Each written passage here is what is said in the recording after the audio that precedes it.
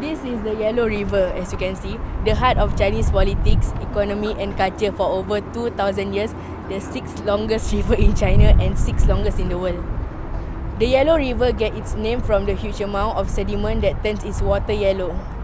Known to many as the Mother River of China, the Yellow River is not just a river, it is the symbol of the Chinese spirit and cradle of Chinese civilization.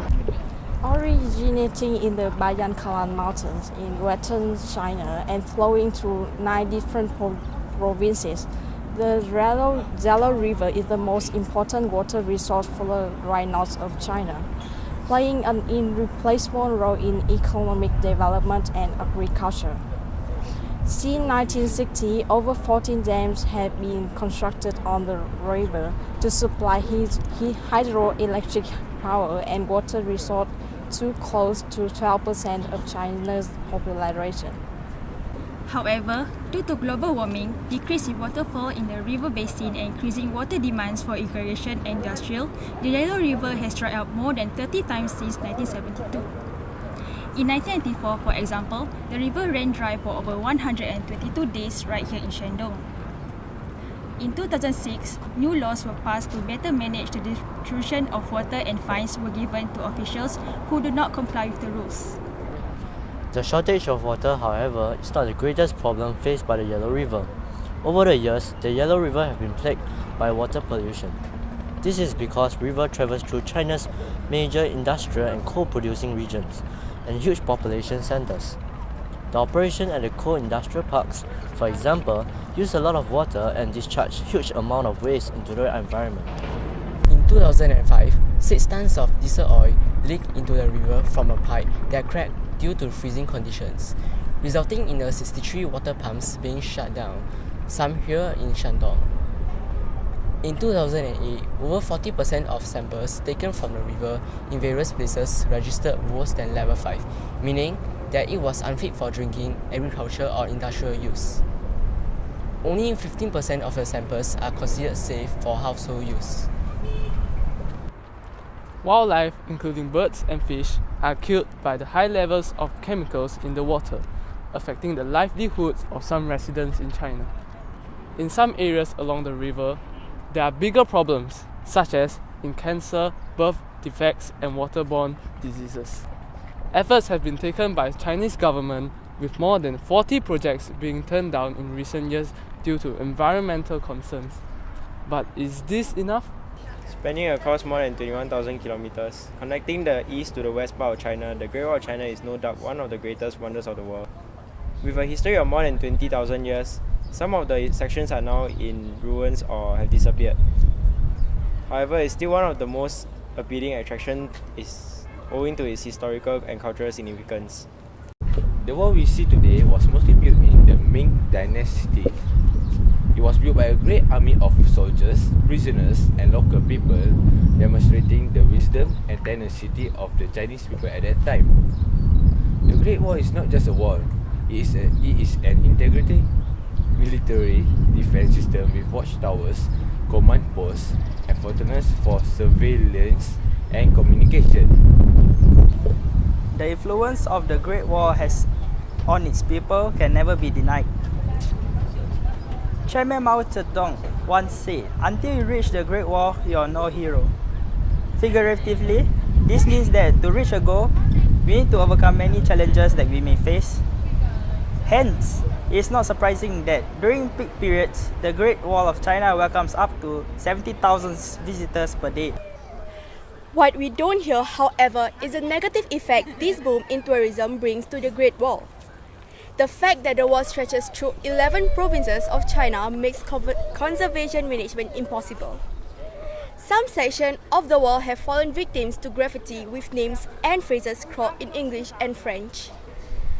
Here at Beijing, you will have to travel several kilometers before you find a brick that has not been carved on. Empty bottles, crumpled cans, and tattered food boxes. These are just some of the things that are left behind by visitors of the Great Wall. There is no clear ban on sleeping on the wall, resulting in nails being left between the stones put there by campers for their tents. Through the years, overnight carnivals has also been held on the wall further worsening the problem of pollution here. The land pollution at the Great Wall is just the tip of the iceberg in terms of the greater problem faced by the whole of China. China's waste problem is expanding as fast as its economy at about 8% each year. According to recent reports, the city of 17 million people here in Beijing generates 18,000 tons of waste every day. Environmental and anti-littering campaigns have been introduced, but is this the case of too little too late? We have arrived at the center of Beijing City and the midpoint of Chang'an Avenue, the remarkable Tiananmen Square.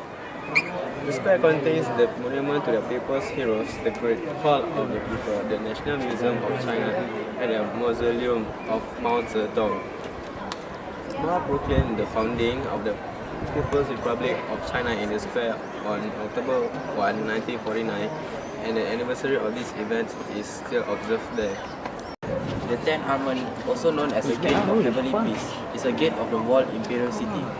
It was built in 1415 during the Ming Dynasty.